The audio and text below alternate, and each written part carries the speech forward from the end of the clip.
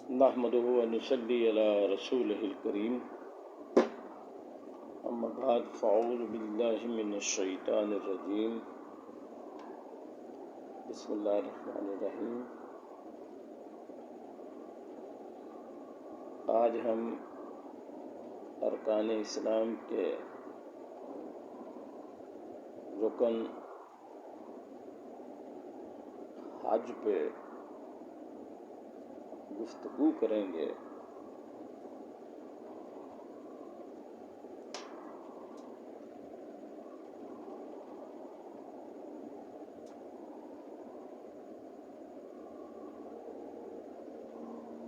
مسلمان ہر سال اسلامی مہینے ذی الحجہ کی 8 سے 12 تاریخ کو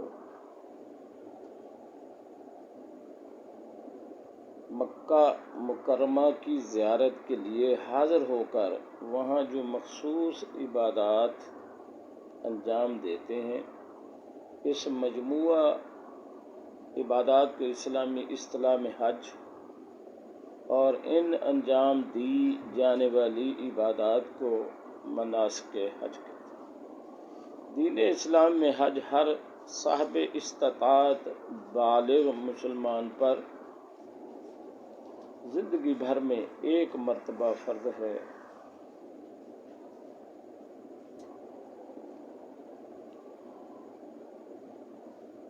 حج اسلام کے 5 ارکان میں سب سے آخری رکن ہے، جیسا کہ حضور علیہ الصلوۃ والسلام کی حدیث ہے۔ اسلام کی بنیاد 5 ستونوں پر ہے: لا الہ الا اللہ محمد رسول اللہ کی گواہی دینا، نماز قائم کرنا، زکوٰۃ دینا، رمضان کے روزے رکھنا اور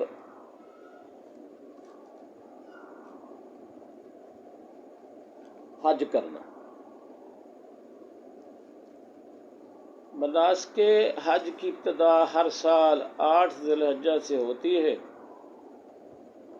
حاجی متعین میقات حج سے احرام باندھ کر کعبہ کی زیارت کے لیے روانہ ہوتے ہیں۔ وہاں پہنچ کر طواف قدوم کرتے ہیں، پھر منی روانہ ہوتے ہیں اور وہاں یوم ترویہ گزار کر عرفات آتے ہیں اور جہاں ایک دن کا وقوف ہوتا ہے، اسی دن کو یوم عرفہ، یوم سعی،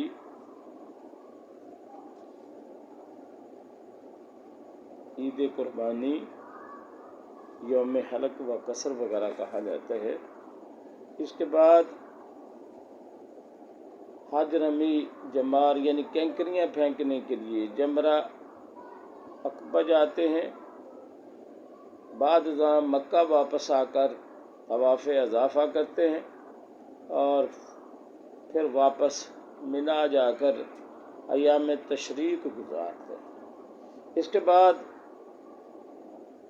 حجاج دوبارہ مکہ واپس آ کر طواف وداع کرتے ہیں اور یوں حج کے جملہ مناسک مکمل ہوتے ہیں۔ حج کی عبادت اسلام سے قبل بھی موجود تھی۔ مسلمانوں کا اعتقاد ہے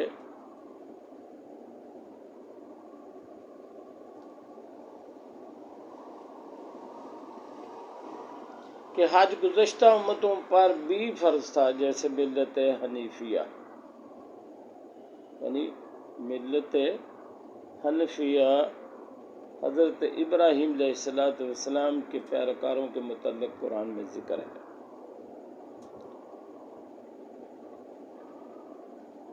حضرت ابراہیم علیہ السلام اور ان کے بعد بھی لوگ حج کیا کرتے تھے۔ البتہ جب جزیرہ نما عرب میں عمر بن لہی کے ذریعے بت پرستی کا آغاز ہوا تو لوگوں نے مناسک حج میں حذف و اضافہ کر لیا۔ ہجرت کے نامی سال حج فرض ہوا۔ حضور علیہ السلام نے سنہ 10 ہجری میں واحد حج کیا، جسے حجۃ الوداع کہا جاتا ہے۔ اس حج میں حج کے تمام مناسک کو درست طور پر کر کے دکھایا اور اعلان کیا کہ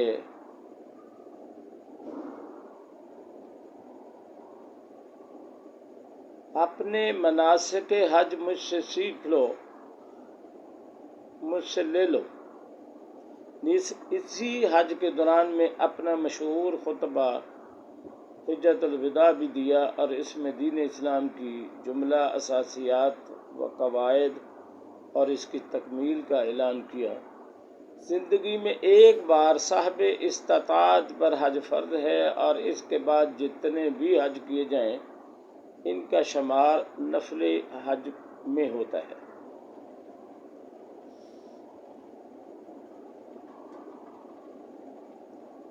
ابو ہریرہ رضی اللہ تعالی عنہ نے حضرت محمد صلی اللہ علیہ وسلم سے نقل کیا کہ لوگوں تم پر حج فرض کیا، چنانچہ حج ادا کیا کرو۔ صحابہ نے سوال کیا، یا رسول اللہ کیا ہر مسلمان پر ہر سال حج فرض ہے؟ تو حضور علیہ السلام خاموش ہو گئے۔ دوبارہ سے بارہ یہی سوال کیا گیا تو حضور علیہ السلام نے فرمایا، اگر میں ہاں کہہ دیتا تو واقعی فرض ہو جاتا اور ایسا تم لوگ نہیں کر سکتے تھے۔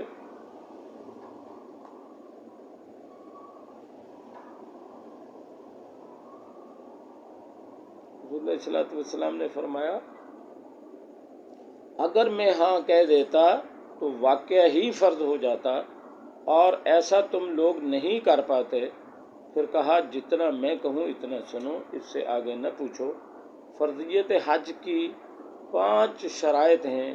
پہلی شرط مسلمان ہونا، غیر مسلم پر حج نہیں ہے اور نہ ہی ان کے لیے مناسک حج ادا کرنا ہے۔ دوسری شرط عقل ہے، پاگل مجنون پر حج فرض نہیں۔ تیسری شرط بلوغ ہے، یعنی نابالغ بچے پر حج فرض نہیں۔ چوتھی شرط آزادی ہے، غلام و باندی پر حج فرض نہیں۔ پانچویں شرط استطاعت ہے۔ استطاعت کا مفہوم یہ ہے کہ حج محض ان افراد پر فرض ہے جو اس کی جسمانی و مالی استطاعت رکھتے ہوں۔ عورت ہے تو شرعی محرم بھی لازم ہے۔ مسلمانوں کا ایمان ہے کہ حج میں بے شمار روحانی فوائد اور برکتیں رکھی گئی ہیں۔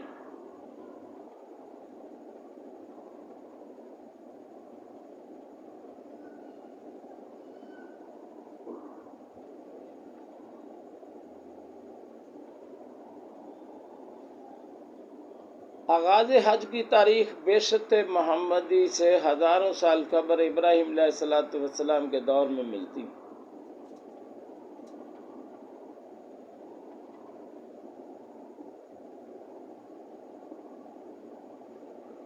حج کی فضیلت میں سب سے پہلے اسے اسلام کے 5 ستون ارکان میں قرار دینا۔ حضور علیہ السلام سے حج کی فضیلت و اہمیت پر بہت سی احادیث مروی ہیں، جن میں مناسک حج ادا کرنے کے فضائل اور حاجی کو ملنے والے ثواب و انعام کا ذکر کیا گیا ہے۔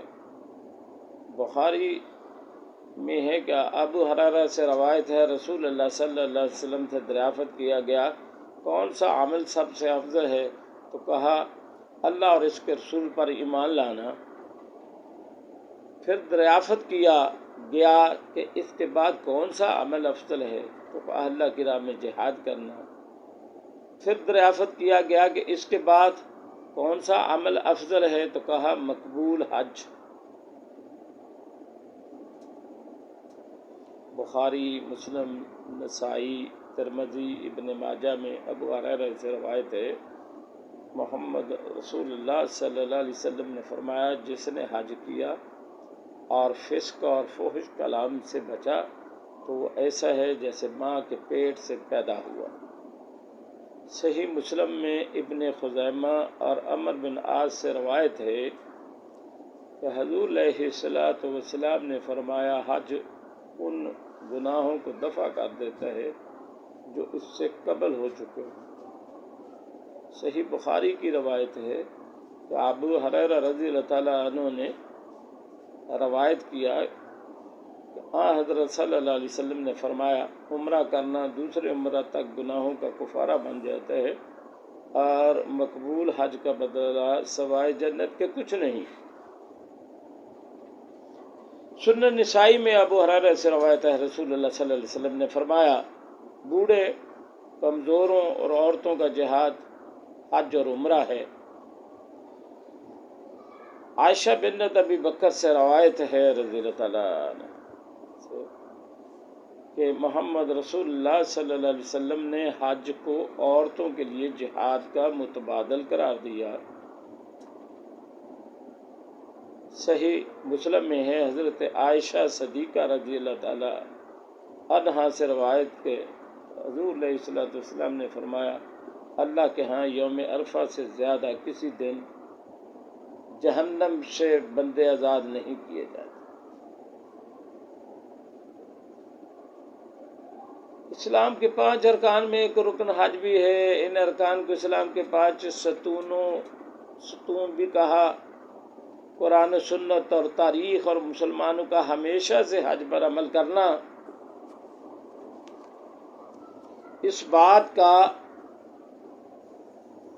ثبوت ہے کہ نماز، روزہ اور زکوٰۃ جیسی اہم عبادت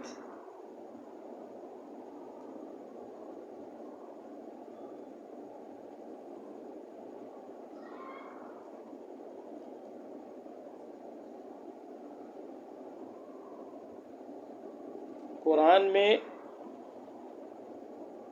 وَلِلَّهِ عَلَى النَّاسِ حِجُّ الْبَيْتِ مَنِ اسْتَطَاعَ إِلَيْهِ سَبِيلًا وَمَنْ كَفَرَ فَإِنَّ اللَّهَ غَنِيٌّ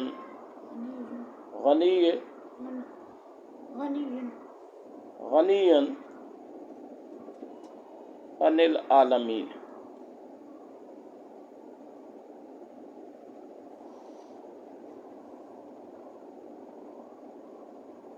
خدا کے لیے لوگوں پر حج بیت اللہ ہے جو شخص اس تک پہنچنے کی استطاعت رکھتا ہو۔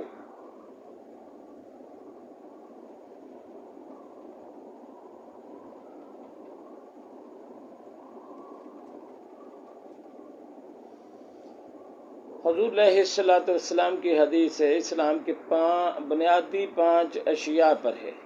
اسلام کی بنیاد 5 ارکان پر ہے۔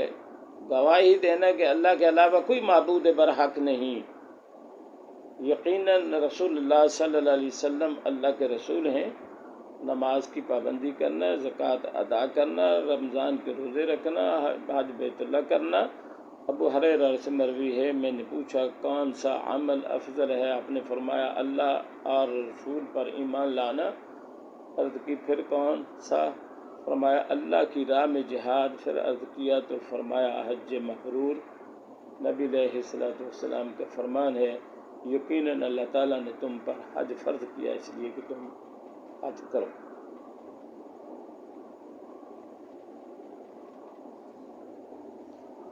حج فرض ہونے کی 8 شرطیں ہیں۔ اسلام حج صرف مسلمان ہی کر سکتا ہے۔ اگر استطاعت تھی مگر مسلمان نے حج نہ کیا پھر فقیر ہو گیا تب بھی اس پر حج کا فرض باقی رہے گا۔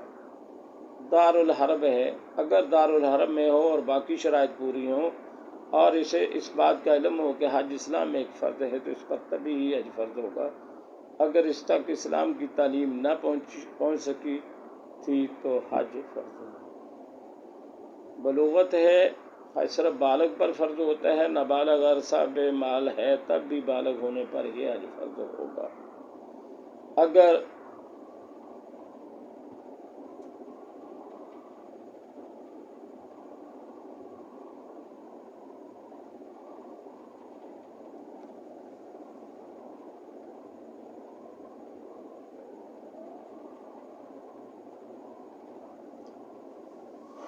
اگر بلوغت سے قبل حج کر بھی لیا تو اس کا حج صحیح ہے، مگر نفلی حج گنا جائے گا، لیکن بالغ ہونے کے بعد اسے فرض حج ادا کرنا ہوگا۔ عقل صرف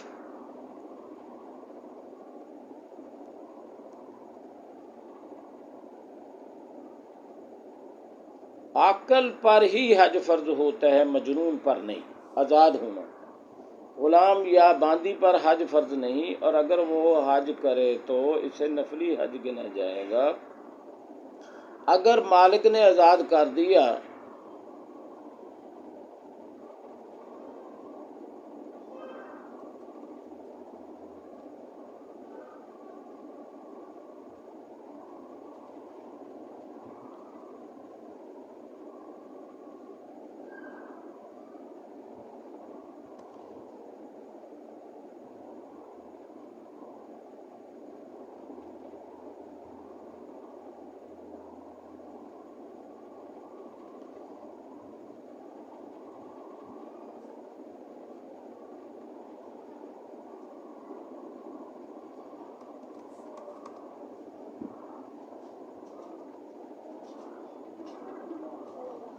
اور اگر بالغ آزاد کر دے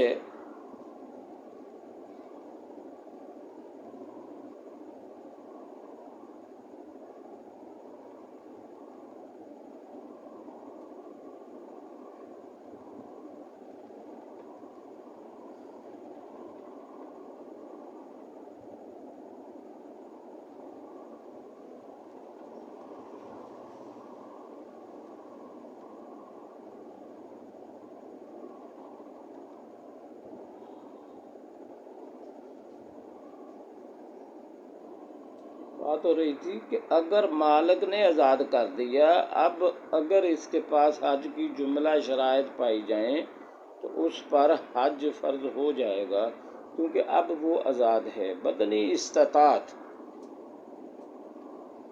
بدن سلامت ہو، نابینا، اپاہج، فالج زدہ یا ایسا بوڑھا جو خود سے چل نہ سکتا ہو، سواری پر خود سے بیٹھ نہ سکتا ہو، اس پر بھی حج فرض نہیں ہوتا۔ اگر تندرستی کی حالت میں حج فرض تھا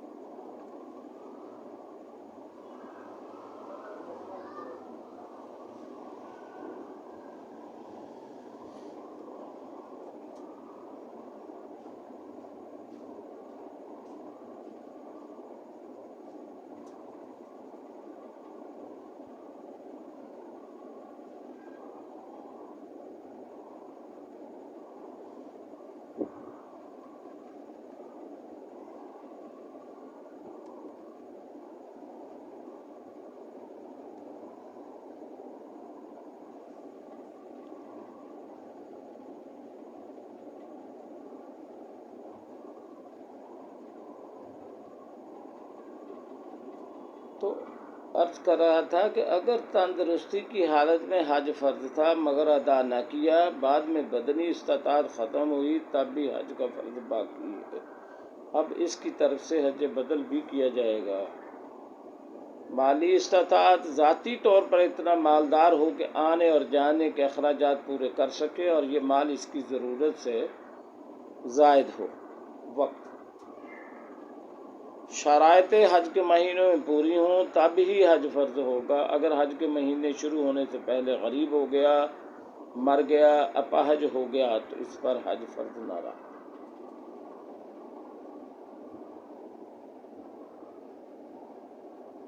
حج کی اقسام 3 ہیں۔ حج قران،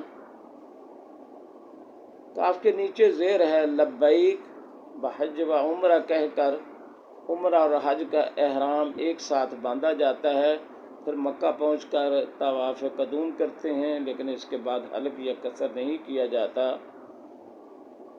بلکہ حجاج کو بدستور احرام میں رہنا ہوگا۔ پھر 10ویں، 11ویں، 12ویں ذی الحجہ کو قربانی کرنے کے بعد حلق یا قصر کر کے احرام کھول سکتا ہے۔ نیز حج قران کرنے والے حجاج عمرہ کے لیے دوبارہ طواف وسعی نہیں کریں گے۔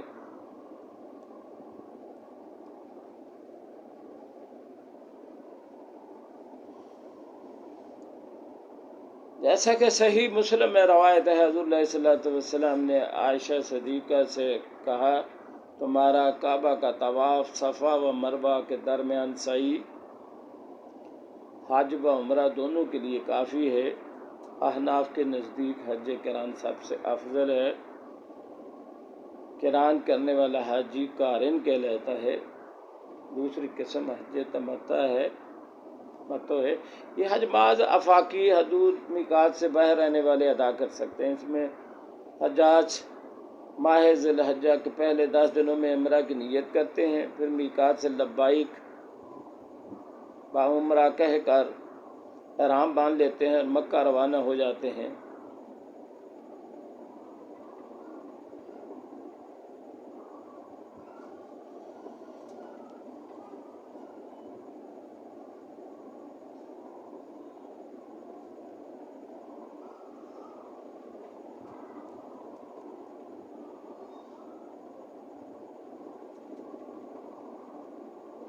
جو یہ حج کرے گا وہ حاجی متمتع کہلائے گا۔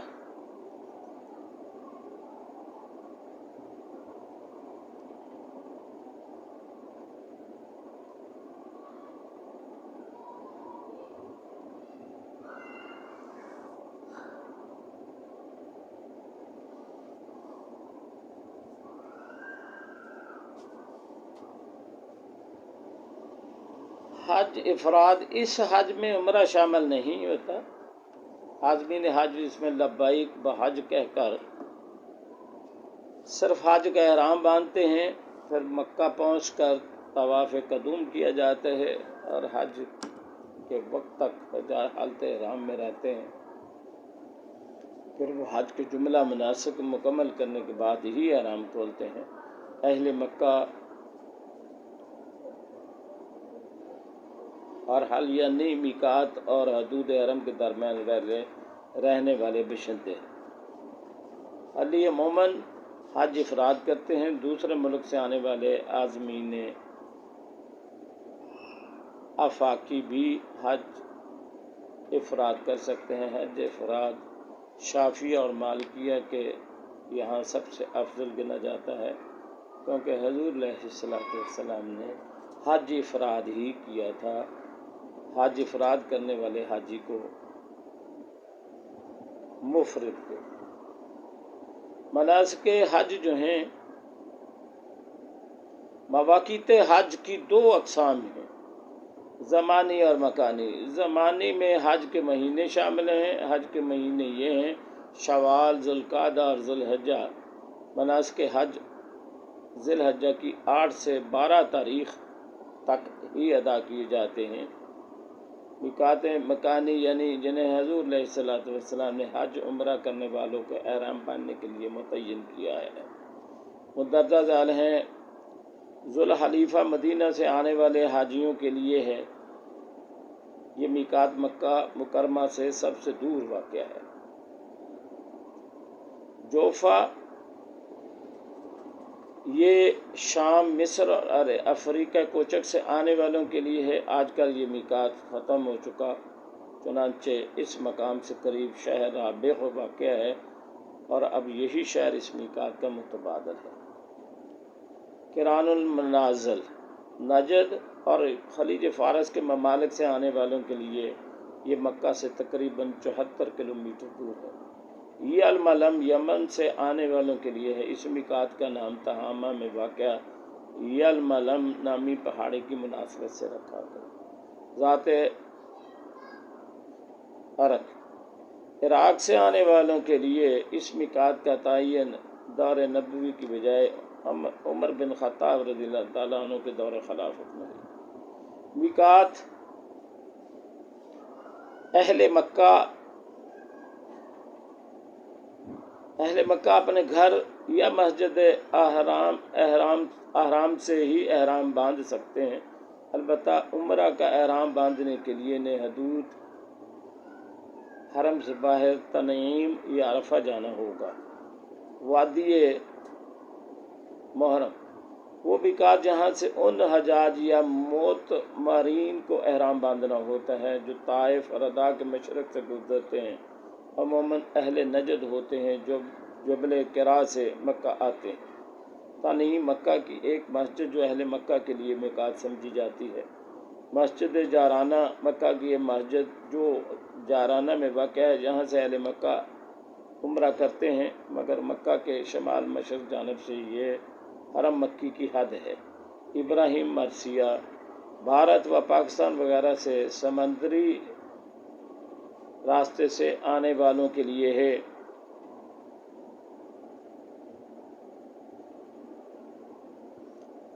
احرام الف کے نیچے زیر ہے۔ ارکان حج میں سب سے پہلا رکن حج یا عمرہ کی نیت سے حدود میقات سے داخل ہونے سے قبل یا میقات پر سر 2 چادریں جسم کو ڈھانپ لینا احرام باندھنے والے افراد کو محرم کہلاتے ہیں۔ احرام کے بغیر میقات کی حد پار کرنے پر دم واجب ہوتا ہے۔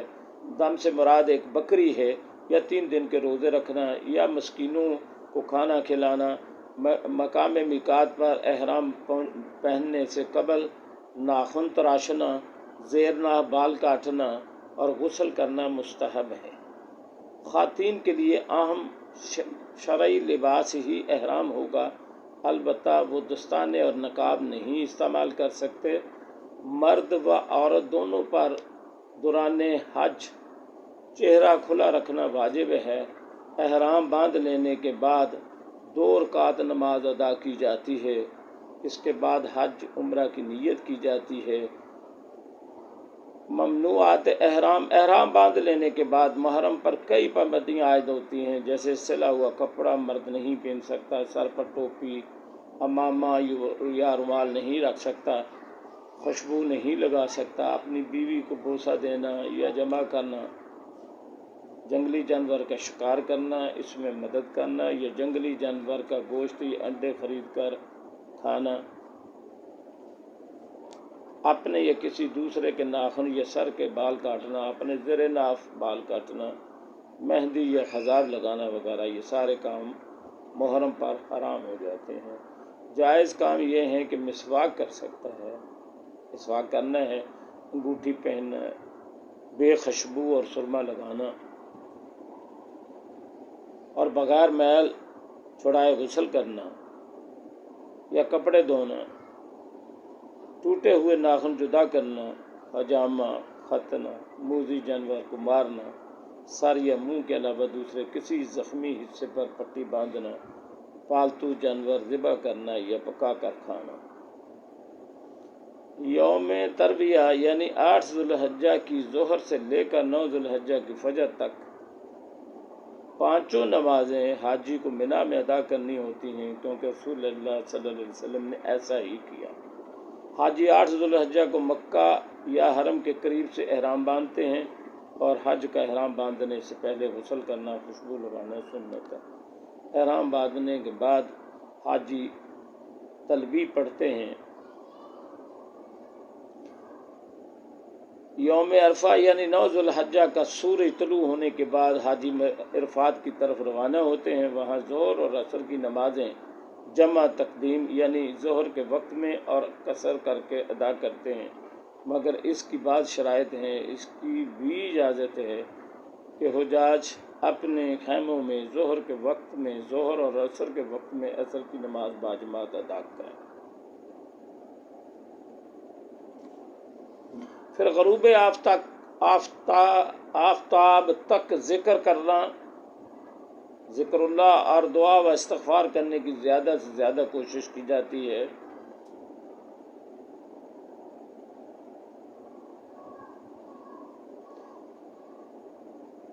اس دن عرفات کے میدان میں ٹھہرنے کو وقوف عرفات کہا جاتا ہے اور اصل حج کا دن یہی ہوتا ہے۔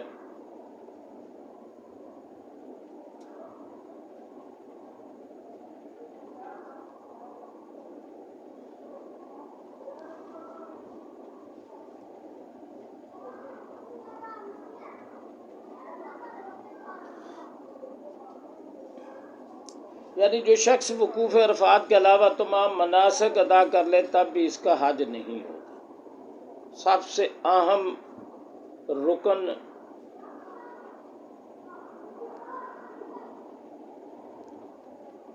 میدان عرفات میں 9 ذی الحجہ کو وقوف عرفات کہا جاتا ہے، وہ کرنا سب سے اہل ہے، اور اصل حج کا دن یہی ہوتا ہے۔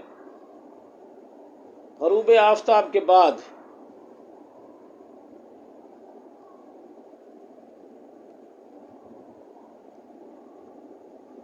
حجاج کرام مزدلفہ کی طرف روانہ ہوتے ہیں، مغرب اور عشاء کی نمازیں مزدلفہ پہنچ کر ایک ساتھ ادا کرتے ہیں، پھر نماز فجر تک وہیں رات بسر کرتے ہیں اور طلوع آفتاب تک ذکر اللہ اور دعاؤں میں مشغول رہتے ہیں۔ حاجی کو نماز مغرب میدان عرفات میں نہیں پڑھنی ہوتی، بلکہ عشاء کے وقت میں مزدلفہ میں مغرب و عشاء ملا کر پڑھی جاتی ہیں۔ مغرب کا وقت ہوتے ہی حاجی کو مزدلفہ کی طرف جانا ہوتا ہے، یہاں وہ ایک ہی اذان اور ایک ہی اقامت کے ساتھ مغرب و عشاء کی نماز ادا کرتے ہیں۔ حجاج کے لیے مزدلفہ میں رات گزارنا سنت مؤکدہ ہے اور وقوف کرنا واجب ہے۔ وقوف کا وقت صبح صادق سے لے کر طلوع آفتاب تک ہے۔ اس کے درمیان اگر ایک لمحہ بھی مزدلفہ میں گزار لیا تو واجب ادا ہو جاتا ہے۔ 10 ذی الحجہ کو عید الاضحیٰ یعنی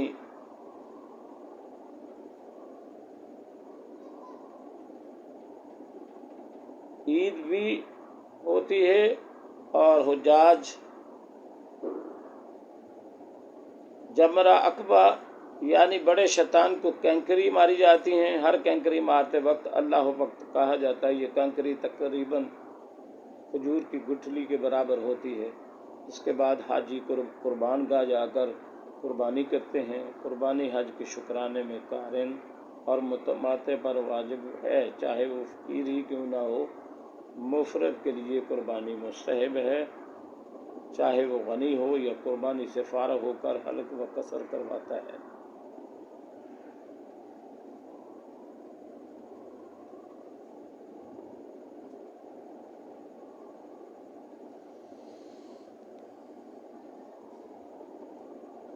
حاجی کو ان 3 امور میں ترتیب قائم رکھنا واجب ہے۔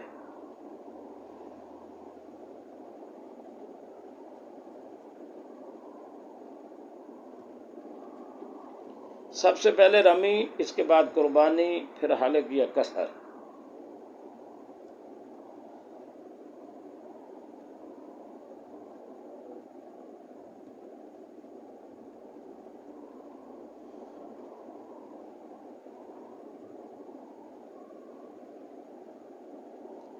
مفرد پر قربانی واجب نہیں، لہذا یہ رمی کے بعد حلق یا قصر کروا سکتا ہے۔ پھر منا میں 11 اور 12 ذی الحجہ کی راتیں بسر کی جاتی ہیں، اور دونوں دن زوال شمس کے بعد تینوں جمرات پر شیطانوں کو کینکریاں ماری جاتی ہیں۔ ہر جمرہ پر شیطان کو 7 کینکریاں مارتے ہیں، اور چھوٹے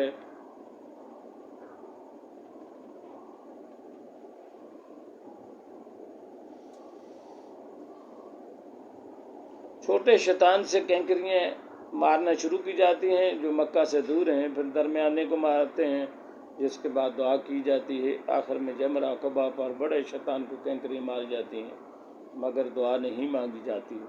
حاجی اگر 12 تاریخ کی کینکریاں مار لے اور وہ جلدی کرنا چاہے تو غروب آفتاب سے قبل منا سے نکل جائے، اگر چاہے تو اس میں تاخیر کرتے ہوئے 13 تاریخ کی رات منا میں بسر کرے اور زوال کے بعد تینوں جمرات کی رمی کرے۔ 13 تاریخ تک تاخیر کرنا افضل ہے، واجب نہیں۔ اگر 12 تاریخ کا سورج غروب ہو جائے اور وہ منا سے نہ نکل سکے تو اس صورت میں اسے 13 تاریخ کی رات بھی منا ہی میں بسر کرنا ہوگی، اور نزول کے بعد رمی جمرات کر کے منا سے آنا ہوگا۔ اس کے بعد حجاج پر طواف وداع لازم ہے، تاہم کسی عورت کو حیض و نفاس ہو تو اس پر واجب نہیں۔